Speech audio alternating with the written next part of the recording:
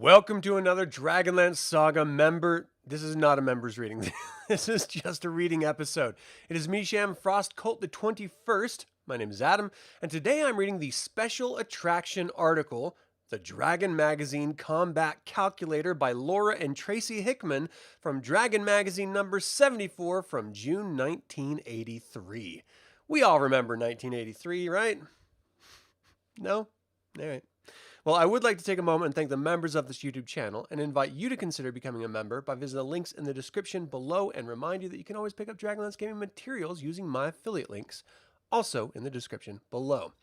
Now, I came across this and I wanted to talk about it because, one, I'm an Advanced Dungeons & Dragons fan, and Advanced Dungeons & Dragons gets a lot of flack from people, especially people who play the most updated, at whatever that time may be, version of Dungeons & Dragons. So right now, 5th edition. So I thought one of the biggest complaints about Advanced Dungeons & Dragons was how convoluted combat could be, trying to figure out what number you needed to hit. And let me give you a little context here. This is how you discovered how you could hit an opponent, right? So you would have to first find which class you are to locate the proper attack matrix. And then, once you had your correct attack matrix, you had to discover your opponent's armor class. And remember, this is Advanced Dungeons & Dragons. So, let me move this out of the way here. This is kind of bugging me. So only the Dungeon Master really knew what the opponent's armor classes were. So he had to do all the work, or she. And so, and let's be fair, it was usually just little boys in the 80s. It wasn't a popular female game back then, though there were women who played it, of course. I just didn't have any in my little gaming group. Oh, how I wished. Anyway, so you'd find their armor class, and then you'd have to find the level of the attacker. So if you were level 3, you'd go down the 3 to 4 column to find their armor class, and that's the number you had to roll over. Very difficult, very, time consuming, especially for the Dungeon Master. Now, because of that, Laura, who actually introduced Tracy Hickman to Advanced Dungeons & Dragons, she and he came up with the combat calculator. So let me show you what that actually looks like here. So in Dragon Magazine, you can actually print this out. This is a scanned PDF version, so it's pretty blurry and low res. I'm actually going through and making my own high res version of it. I know there's others out there, but I wanted to do it myself. In any case, this is the top circle, which had the classes. You could see their level matrices around the outside. It also had the monster matrix on the outside. And then they had all the different variables. So ostensibly, you would find out the number to hit, and then compare your weapon with their armor type, because different weapons affect armor differently. Some of them stab, some of them slash, some of them are bludgeoning. So each type of armor had different resistance to different types of weapons. And it became this really, really time-consuming issue. And that didn't even include initiative with weapon speeds or casting times or, the myriad of different monsters in one place and stuff like that. So combat could be very overwhelming. So Laura and Tracy Hickman got together, made this calculator in order to speed up. And this is the base of it. And you can see the armor class going around the exterior and all the little modifier numbers on the inside, which then lined up with these little windows that you can see in the face of it. And ultimately, you would end up with something that looked very similar to this. Now, this is from the Mage of the Striped Tower. He did his own version. One thing I noticed when I did import the original into Adobe Illustrator and I started, doing perfect geometric shapes and stuff like that, is that it's not perfectly circle. So I don't know if it's the scan or what, but if you printed this out of this magazine, it would not be a circle. And so just spinning it would not match up perfectly. So I'm correcting all those errors and stuff right now. But I just thought, because this gives you the 2-hit number and all of the lined up variables to that 2-hit number right in front of you, so you don't have to search through the myriad of different tables and then compare the different weapons and armor. It's an insanely fast process compared to that. Now, I know some of you are going to say, that's still much more time consuming than modern Dungeons and Dragons. And I would say you're absolutely wrong. It is not. Because modern Dungeons and Dragons, you still have to calculate all of the different numbers and then all of your different bonuses. And the higher level you are, the more variable bonuses you have. And so it ends up taking infinitely longer than just comparing it to one little chart here, one little calculator. So it doesn't really matter the version of Dungeons & Dragons you play. Whatever you enjoy is what matters. For me, it's always Advanced Dungeons & Dragons. And when I discovered this, it was like a massive time saver, Hail Mary, wonderful option, right? So then I realized that there's actually an article discussing it. And I thought I'd introduce it to some of you who may not be aware of it. And maybe if you're not using a virtual tabletop, because obviously that's going to do all the calculations for you. If you're doing it, around the table, this will help speed up your gameplay when it comes to combat. And really the mechanics of combat is something that should take a little bit of time because in first edition, it was very specific. You had facing issues, you had numbers of people. If you were shooting an arrow into combat, it became this huge, massive mess. And, combat wasn't like it was presented in fourth edition, where it was you are in this square, they are in that square, and you can't really move around. Combat in Advanced Dungeons and Dragons, on the other hand, was abstract. The whole premise is that you're constantly moving around, feinting, reposting, dodging, blocking, parrying, striking. And so you can't just be in one square because you're constantly moving around. And so they had this concept of, well, you're sort of in a 10-foot square area moving around and striking and stuff. And it makes it more complex abstractly, but it also makes it much more realistic abstractly. Rather than just sitting 5 feet away from someone and slashing their sword at them, which is ridiculous, which is the way it is right now in 5th edition. So that's why I prefer it, because it's much more realistic when it comes to fantasy combat, and I don't know, I just like it. So anyway, whenever I do these readings, I always like to show the cover first because they're usually pretty dope. And in this particular case, it's very dope. So we have this wonderful dragon and this party doing their damnedest to fight it. I imagine this is very similar to the party of heroes in my last DragonLance game when they came to the very top of the Tower of the Heavens and, or whatever it was called, Citadel of Heavens or something. And then the dude turned into a dragon and just started going at them. This is very much the same. They're all just like, oh my gosh, what's happening? This dude's hanging on by his, I don't know, what is that, a flail? Just awesome. I love these old school illustrations. They're so much fun to just look at and pick apart. Like, look at the guys with the tooth marks in the lower right in his armor. Like huge holes. I just love it. So much fun. All right, let's get to the article. It's a base. It's a plate. It's the combat computer. One of the most complex and tiring tasks facing the earnest dungeon master in an advanced Dungeons & Dragons adventure is the proper and efficient resolution of melee. Combat is a blessing and a curse. On one hand, it provides the right atmosphere for conveying the thrill and the danger of the heroic fantasy milieu. Indeed, without combat, there could be no game. On the other hand, even the most experienced DMs find the mechanics of conducting combat to be time-consuming, even with all the pertinent charts, tables, and rules spread out before them, and players must wait to know the outcome while the DM is referencing and cross-referencing all of his charts and tables. Now, help is at hand.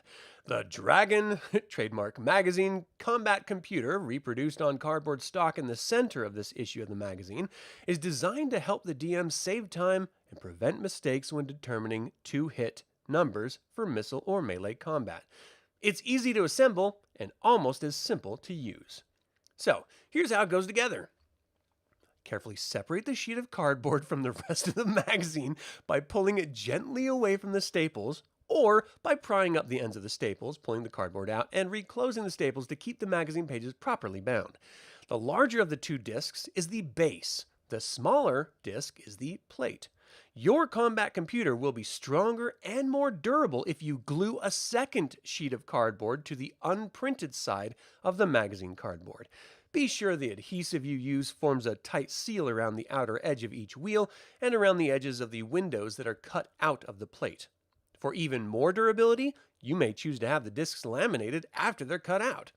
Cut around the outside of each disc along the heavy black outline using scissors and a steady hand. Using a scissors? Okay. Then use a modeling knife, if you have one, and a straight edge to cut out the gray blocks outlined in black on the front of the plate. These holes are the windows through which the armor class adjustments for various weapons are read. Use a sharp-pointed object to punch a smaller starter hole in the center of each disc. Then push a small brass paper fastener through the holes to hold the plate against the top of the disc. Turn the assembly over and spread the tabs of the fastener flat against the back of the base. Turn the assembly face up again and slide the discs around a few times to be sure they move freely. All right, just in case you are a complete moron, they tell you how to put paper together. That's always nice.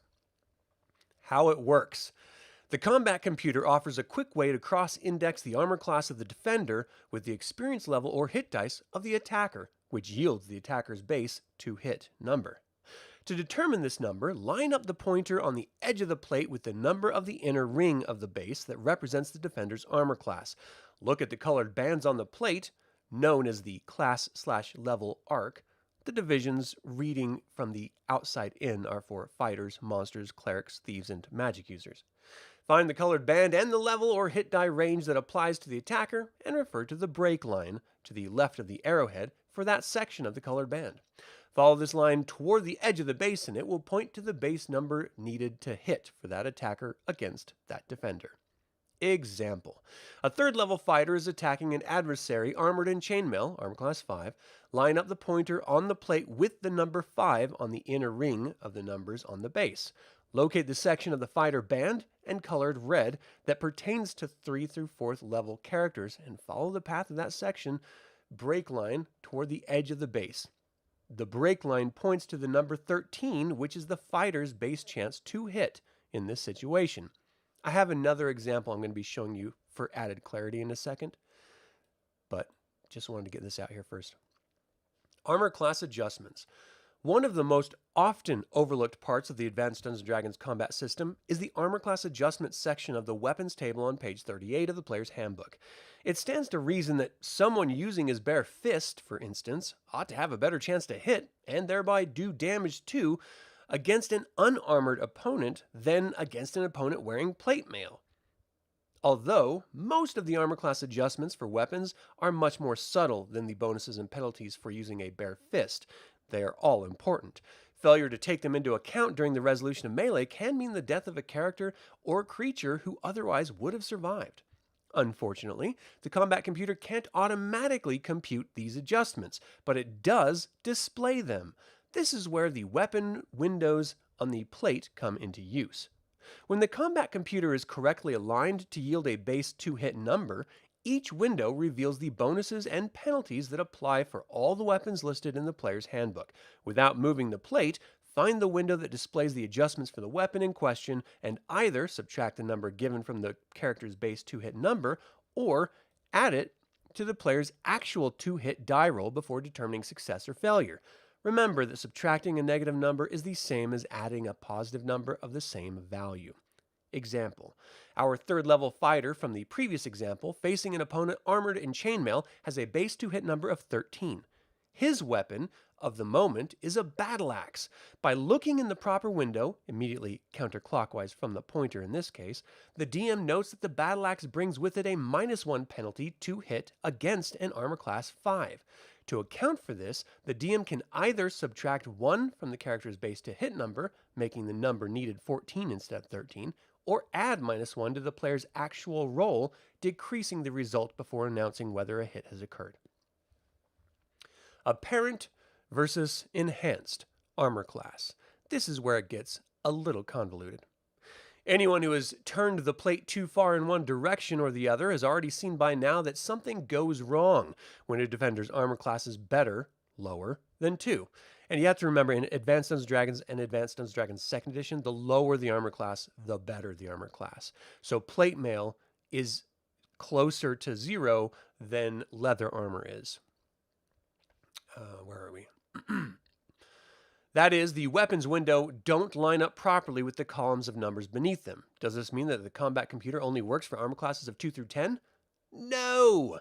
But to use it for combat involving armor classes of better than 2, or for any melee involving characters having bonuses or penalties to their armor class, it's necessary to distinguish between apparent armor class and enhanced armor class. Regardless of the actual armor class a piece of equipment provides its wearer, the apparent armor class is that armor of that armor is the same as for all armor of that type. The armor class adjustments given in the player's handbook and reproduced on the combat computer only apply to apparent armor classes, those between 2 and 10 inclusively. For example, a man in +3 chainmail has an armor class of 2 for combat purposes, but the apparent armor class of his armor is 5, just as for all types of chainmail. The armor class adjustments for weapon apply to all objects of a certain armor type, magical or not. A character's actual armor class may be enhanced by a number of objects and factors. Dexterity, high or low, enhancement works both ways. Magic items, magic spells, possibly such things as physical condition. Whenever a defender's armor class is enhanced for any reason, using the combat computer becomes a simple 2-step process.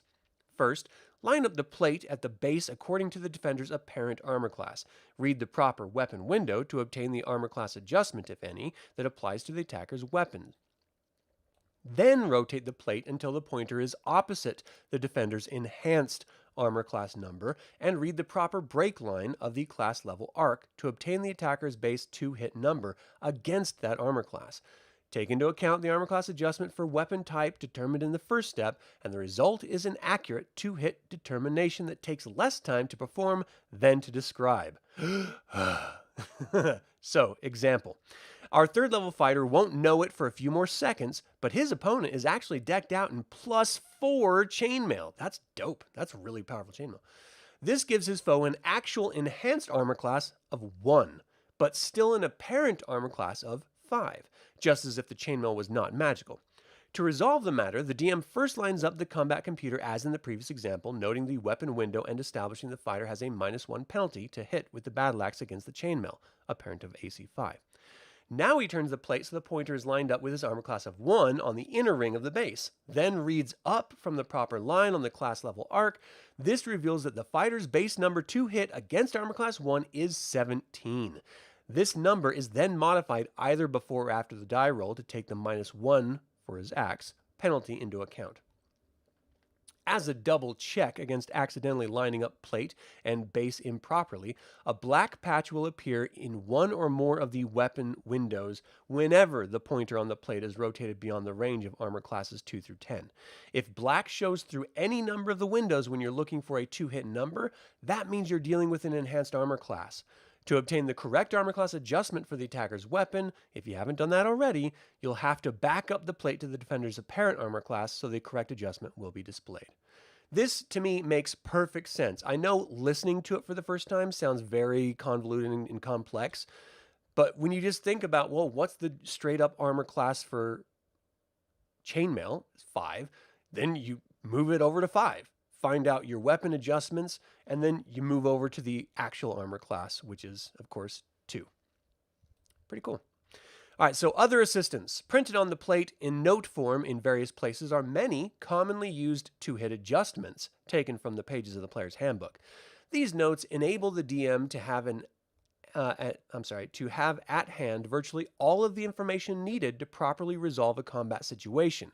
Of course, many particular magic items and spells have an effect either on the defender's armor class or the attacker's 2-hit number. These effects cannot be taken into account by a device such as the combat computer and will have to be noted and allowed for by the DM when they are present. The combat computer, when used by itself, will prove to be a time saver for the DM and also will serve as an assurance to players that their characters' two-hit numbers are being calculated accurately and consistently. When used in conjunction with the Advanced Dungeons & Dragons Dungeon Master screen or with the reference charts on page 124 of the player's handbook, the combat computer will still help to speed up play by putting most of the essential information literally at the DM's fingertips. Learn how to use the combat computer and you'll soon be playing a round of combat in almost as short a time as it takes to swing a sword. And of course, the credits, it was designed and developed by Laura and Tracy Hickman. They are great at this doggone game and role-playing games in general. The graphic design for it was done by Roger Raup, and the text editing was Kim Mohan. So let's take another quick look at the combat calculator. Now that we've talked about it, I want to look at page 2. This is the base that you're going to be turning all the numbers to and all the different statistics and stuff. And you can see the armor class references. And then this sits inside of that base. And you can see that there's range adjustments listed, the different types of weapons adjustments listed. The two-hit adjustment for ability scores is listed, which is pretty cool. Standard two-hit adjustment is listed, if you have a cover or something. Non-proficiency penalties. This is something that I think is really, really important. It's vaguely referenced in current D&D 5, but if you're not proficient with a weapon, either because it's a class restriction or because you just didn't choose it when it came to non-weapon proficiencies, you have negatives for just using it. It's basically like an improvised weapon. So, you may be really, trained and educated in how to use a long sword, but if you picked up like a flail, yeah, you get the basic mechanics, but you don't have, the exact same muscle memory that you have for that long sword with the flail. So obviously you're going to be less effective with it. Stuff like that I find personally very, very important. And you have all the, of course, the windows with all the different weapons and their stats, which you're going to show through. So I wanted to show you that because I thought, again, just to reiterate, it helps speed up combat, which is always important. No one likes, we've all been at the table. When combat is taking so long, someone else is either looking at their phone or doodling and not paying attention. And then when it comes to their turn, they're like, I don't know what to do. What happened again? And you then have to recap the entire event because they weren't paying attention. This still happens on VTTs when I'm running a game sometimes. People just sort of fade away for a minute. It happens, it's normal, but you can cut that down by speeding the process up. One good thing about VTTs is they do all the math for you. If you're doing it around a table, this combat calculator will help you a lot. Now, let's look at this website because I think this is a great little tool and I am super stoked that, I can't actually find this damn thing. Here it is. So you have this person put this together. This is his version of that first plate, which sits on the disc. And then he actually put more information on the back of it, basically like from the Dungeon Master screen, where he has saving throws, turning tables, spell recovery time, racial adjustments, poison, and different light sources and stuff. So very, very handy. I have the link in the description of this video. So if you guys want to check this out and print out his version, it's a great first edition combat computer, as he calls it, combat computer. But he has the exact same, sort of information here. It's Mage of the Striped Towers. And then he, walks you through it all, talking about how to use it, how to assemble it, and then shows you some updates and stuff. And this is his completed version. So you can see how you twist this top plate part, and it goes around showing the different armor classes. And then you just line it up with your level based on your class, the colored bands on the lower left, and you're good to go. You can see the 2-hit on a D&D, the weapons versus armor class modifier, and the target armor class. Pretty simple, pretty cool, and it works. So I'm going to be doing a video. Oh, dude, Chris, this is just pure nostalgia fodder for me too. I'm going to be doing a video of actually printing out, laminating, and creating one, and then doing a walkthrough of combat, just so those of you who are familiar and fans of Advanced Dungeons and Dragons can see it in use. And then, I'll have a link to the modified version that I make also in that video, so you can print it out if you want, or maybe I'll even just sell them on my website and just ship them over to you really quick. I don't know yet. We'll figure it out. But anyway, that's it. That is the article. I appreciate you guys tuning in and spending some time with me on this reading. Normally on Thursdays I do member-only readings, because I've already sort of gone through all the public readings that I wanted to do. So if you want access to all of the member-only readings, all you got to do is sign up and become a member. It's like 99 cents a month to be a member. It's not for me to get rich. It's just for you to show support for the channel, that you appreciate everything that I'm doing here for Dragonlance and for Dungeons and Dragons in general. I'm going to be doing more of this Advanced Dungeons and Dragons stuff. I did a poll, and a lot more people want it than don't. So I'll be walking through combat for Advanced Dungeons and Dragons, and different situations. I've got a whole idea about the anatomy of ships for water combat, and different modifiers that might be involved with that. Still got to finish all of the location videos in the era of the War of the Lance for all of you, because I'm not done with those yet. But I've been, for the past month or so, I've been working on the Soulforged live play, basically taking the book, the Choose Your Own Adventure game book of the Soulforge, and making it into a video version. So you'll have the character sheet on my website. You can actually just use it right on the website and look at the videos right on my website, or you can download the PDF of the character sheet and then run it just from, standard YouTube's website, however you want to do it. But it's got all the information so that you can play Raceland through his Test of High Sorcery. That's going to be dropping the day after Christmas on Tuesday next week. So look forward to that. If you've never played it before, it's a pretty fun little walkthrough. I suck at it. I even have a digital dice roller on my website, so you don't have to have the 6-sided dice yourself. You can literally just click a button and it'll tell you the die number roll. So it's just a JavaScript random number generator.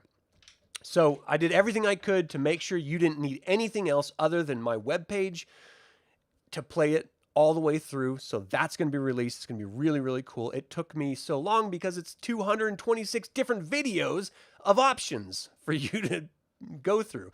And all of them have captions for everything, because it's just me reading, basically doing a dramatic reading of each of the passages.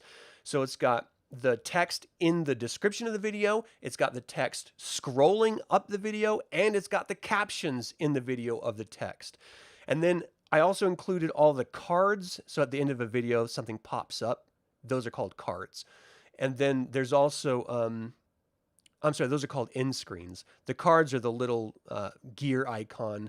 If you click on the upper right-hand side of a video, it usually shows you a little drop down of extra videos linked. All of those are going to be the options, basically. So if it says, if you rolled 3 or above, choose this video. If you rolled 4 or under, or whatever, choose this video. Those videos will be populated automatically for you. So you can just go ahead and click on them.